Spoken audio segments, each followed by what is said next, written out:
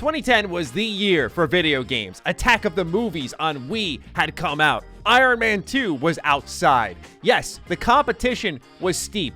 There was also this game called Red Dead Redemption. Also set on the West was Fallout New Vegas, a game that, since Fallout 4's release, has increasingly gained favor across the Fallout community as the best Fallout game. So, after my Fallout 3 adventures, I figured it's only wise that I go back to the Mojave. It's something about the Fallout main menu. You just hear it and you're like, oh, this is incredible. I know I'm in for not just a video game, but an experience. So just like when we explored the Capital Wasteland together, I want to do that here in New Vegas and highlight why I think this game is special, taking a deep look at everything. However, the little twist, I didn't like New Vegas at first. And I'm going to get into why that is the case as we play through it together. So let's start a brand new save file. And again, we have to skip this because of copyright. Well, Doc, it looks like you did all right. So one thing with New Vegas's intro that I like, but I don't love is I feel like it has that same interconnection as Fallout 3 to its mechanics. Like here, he hands you a Robco Reflectron to set up the character creator. It's just there's a little less elegance to this introduction, I feel, compared to what Fallout 3 did. But I think the benefit is it's very condensed and it's skippable, which is a benefit unto its own. And in this game, I feel character building is far more important than it is in Fallout 3. So you really gotta, consider things. And also one thing they did better here is when you were setting up the special stats through the kids book in Fallout 3, it didn't really tell you fully what each stat would influence skill-wise. This game actually does, which I do like. I think for those who are new to this series, it helps to know this will affect your science, your repair, your medicine, your skill points. So it was definitely, while I think Fallout 3 has the atmosphere, this was the more intelligently built introduction. Good to see them bullets didn't affect your charm none. Well, we know you're... I love that too. He comments on what's the maxed out stat of yours. So I did charisma, I'm at charisma 9, so he talked about my charm. That stuff's awesome. I'll be the first to admit, like, when I'm playing this game, this part of the intro I'm less in love with. And then he kind of looks at the results and says, what do you think? And you pick your skills here. But typically I tab through and just kind of leap as quickly as I can into Good Springs. So this to me is one of the best parts of the game because it really defines your character with a benefit, but for every benefit you get, there is a negative, and you could choose none, which I remember originally I had done, but I feel like you can't play this game without Wild Wasteland just to see like the aliens at one point, get the special alien guns, and I always like to do Kamikaze as well. So I like this because it reminds me now of the flaw system in the Outer Worlds, and you can see a lot of that being carried forward from New Vegas. And of course, what would New Vegas be if you didn't raid the old doctor's house before you said peace out? Get yourself a strong start here. It's not gonna punish you, so why not? Especially if you're doing a little bit of a hardcore playthrough, getting some of the early food helps as well. All right, so here is where I think New Vegas shines, the hardcore mode. A lot of people don't play it. I didn't like New Vegas until I played hardcore mode, and I'm going to explain why. So yes, we are going to turn it on for this video. Now, the step out moment in New Vegas is less elegant, especially because they immediately hit you with all of these. But it's not on the level of, I think, Fallout 3, but I think it's pretty good. I love seeing Victor roll by. The sun is powerful. There is a sense of openness, and what I love is you're out quickly. You get thrown into the open world, which I think was the intent of design. I think it was just get them into the game as quickly as possible. So I could leave Good Springs and say that's it with the intro. A lot of the introduction here is all tutorial stuff that they expect players to be familiar with after the popularity of Fallout 3, right? You got to remember, this game was, well, it's not any longer, made in the shadow of Fallout 3. So they had to assume most people knew how to play, so they had to give them the option of getting out of the introduction earlier, which I think was pretty smart. I just think long-term, it loses a bit of that atmosphere thanks to it. And what you're seeing is actually one of the first reasons that when I played New Vegas back in 2010, I didn't like it. It's not pretty. It's actually very empty, vacant, which makes sense for the Wasteland, and I appreciate it now, and obviously it's much more full than I think I gave it credit for because of its replayability. but there are a number of locations here in New Vegas that I felt were lackluster, that felt undercooked. And when you combine that with a world that's very brown, I would say, it overall didn't speak to me on the level of the Capital Wasteland. Like here, Gene skydiving. It's like, all right, well, let's go inside, see what's here. And it's just this empty building, right? And I think immediately of when I was playing Fallout 3 and what that offered me. Now, this is why I turned on hardcore mode, though, because what happened was one time in 2014, that's how long it took, 4 years after the release of the game, someone insisted, I don't know who, that I play a little bit of Fallout New Vegas on hardcore. Weapon repair kit here. And when I did, areas like this became a lot more valuable. Finding those weapon repair kits, finding an area like Raoul's shack, and learning about how there was food, there was places to sleep, and that was actually really important for my character. So, to me, suddenly these areas had value, and the wasteland itself felt more vibrant, more rich. Now, of course, one of New Vegas's defining mechanics is this. The ability to aim down your sights. And that's what kept me in the game for a while. While it was so stat-driven, the fact that you could just aim like this and take a shot. If I could hit that shot, I am not good at video games. Okay, well, I embarrassed myself enough. But great thing is they brought back VATS too. So keep in mind, this game came out 2 years after Fallout 3. And in 2009, we were still getting DLC for Fallout 3. Imagine that, right? Imagine that life. You get Fallout 3, you get DLC in 2009, then you get Fallout New Vegas, and you get DLC for that up until 2011, and then you get Skyrim. It's why people love Bethesda, man. Like, we fell in love with them because there was so much good content consistently. Now, well, the Fallout license is, you know, it's pretty much dead. It kind of speaks for itself. However, that release window is extremely important to keep in mind. The reason for that is when this game had come out, it originally got decent reviews and was considered just a Fallout 3 DLC. That was sort of the conversation, the scuttlebutt around this game. That's why it's so fascinating in a post-Fallout 4 world to see people retroactively go back, play it, and say, yeah, this was way better than we gave it credit for. Fortunately, the game was a success, and most people understood that it was still a good Fallout game. But now it's being referred to as a template that developers still need to follow to this day. You know, having 4 main story paths, lots of choice and consequence, a replayable open world setting. And typically what we see pretty often from developers nowadays is using GTA 5 as the open world template. Like, for example, I love Cyberpunk, but Cyberpunk absolutely used GTA 5 as its open world template when it should have used New Vegas with all of its branching story paths and whatnot.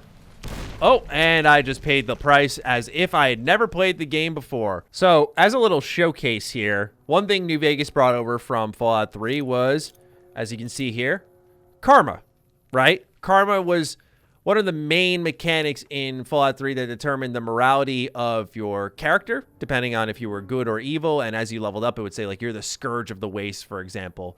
If you were doing I think you were max level and a low karma playthrough.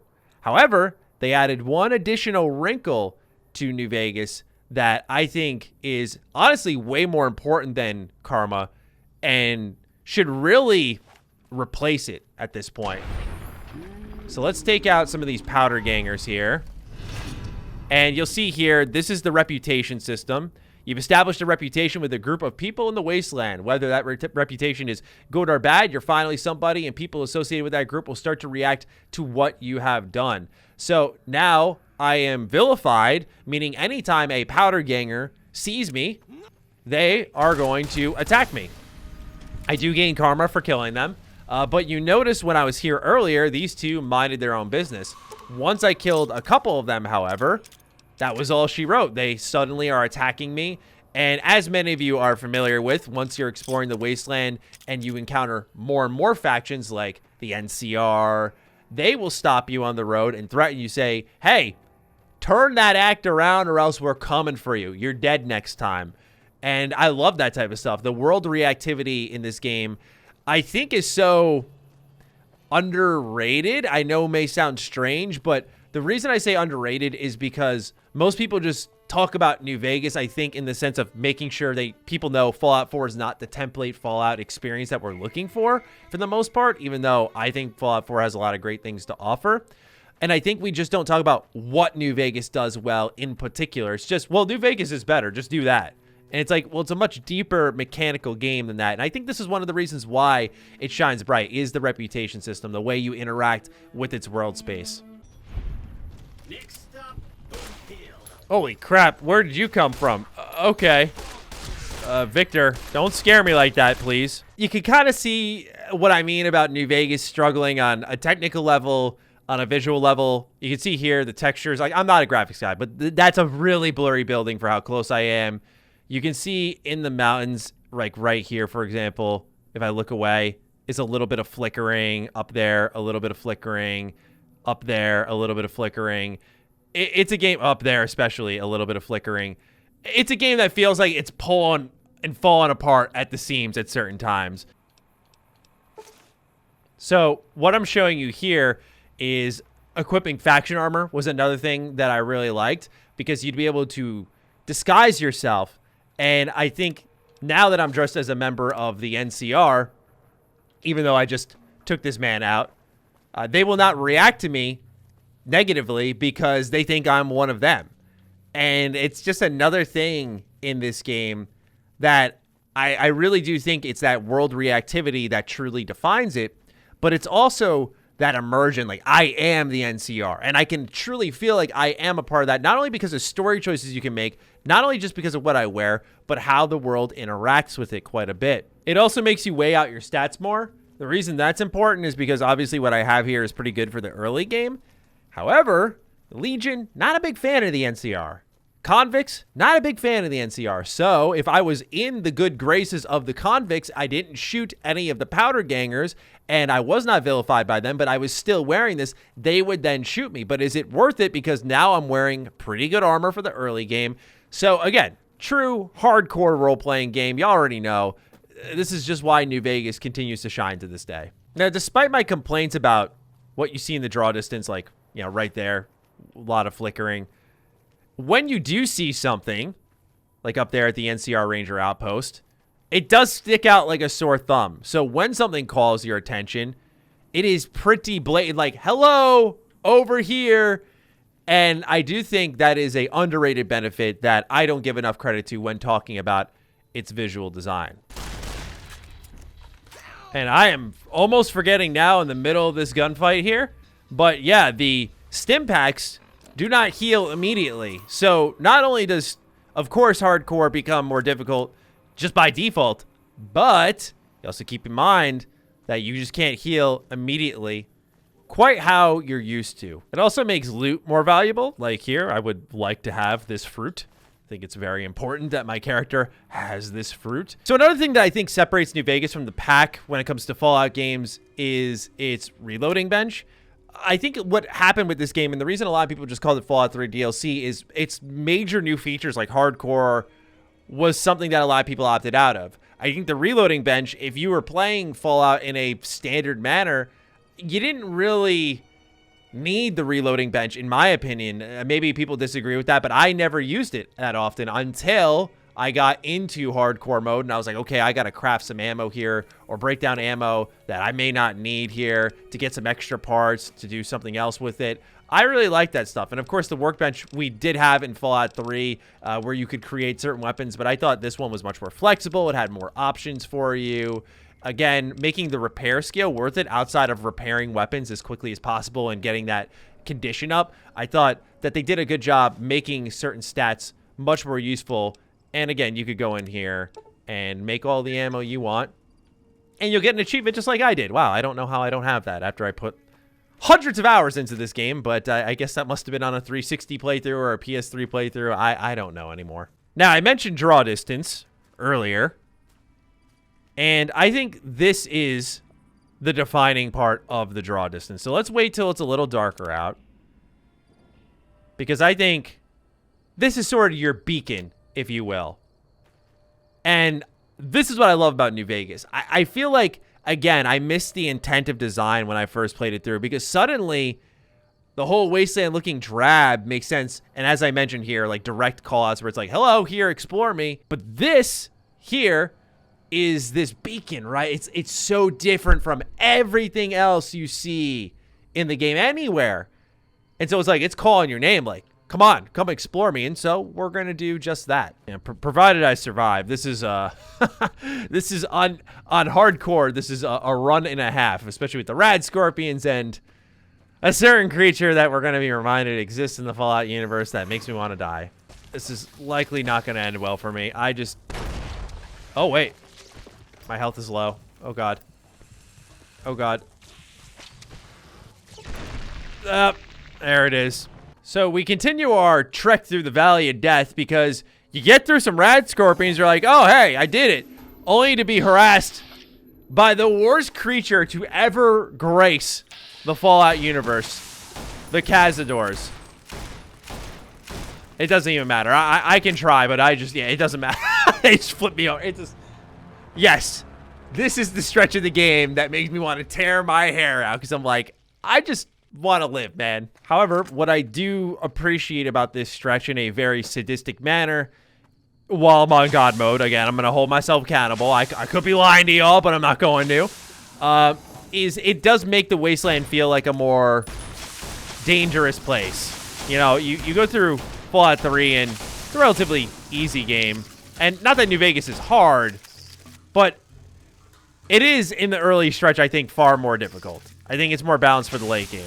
As you get closer, the lights shine brighter. Hearing some of the ambient music as I'm exploring, because I have to have the radio off for content creation purposes, reminds me that one of the big W's for New Vegas, oh wow, that's great timing. Right now, it's playing a song from Fallout 1.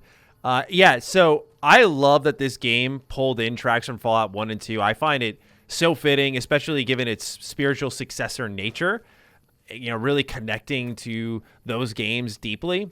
It's something that I connected with deeper when I got into the franchise more, where I originally was just a big fan, I'd say, of Fallout 3, and I liked New Vegas enough.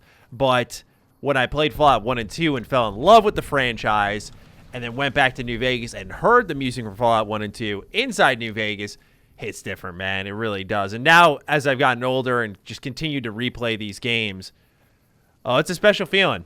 It's a special feeling when some of those tracks hit, where, much like Fallout 3 and its radio, sometimes I do prefer to have it off. I love some of the ambient music that they've worked on for this franchise. And while the radio is a defining feature, I do highly encourage people to listen to the ambient music. Try turning off the radio and just playing the game without it. It's really good. It's really atmospheric. And so you think you finally made it, right? We're right there knocking on the edge of the strip, only to find out you got to get through Freeside. Of course, there's so much to this game that I don't think I'll be able to cram into this video, like meeting the companions.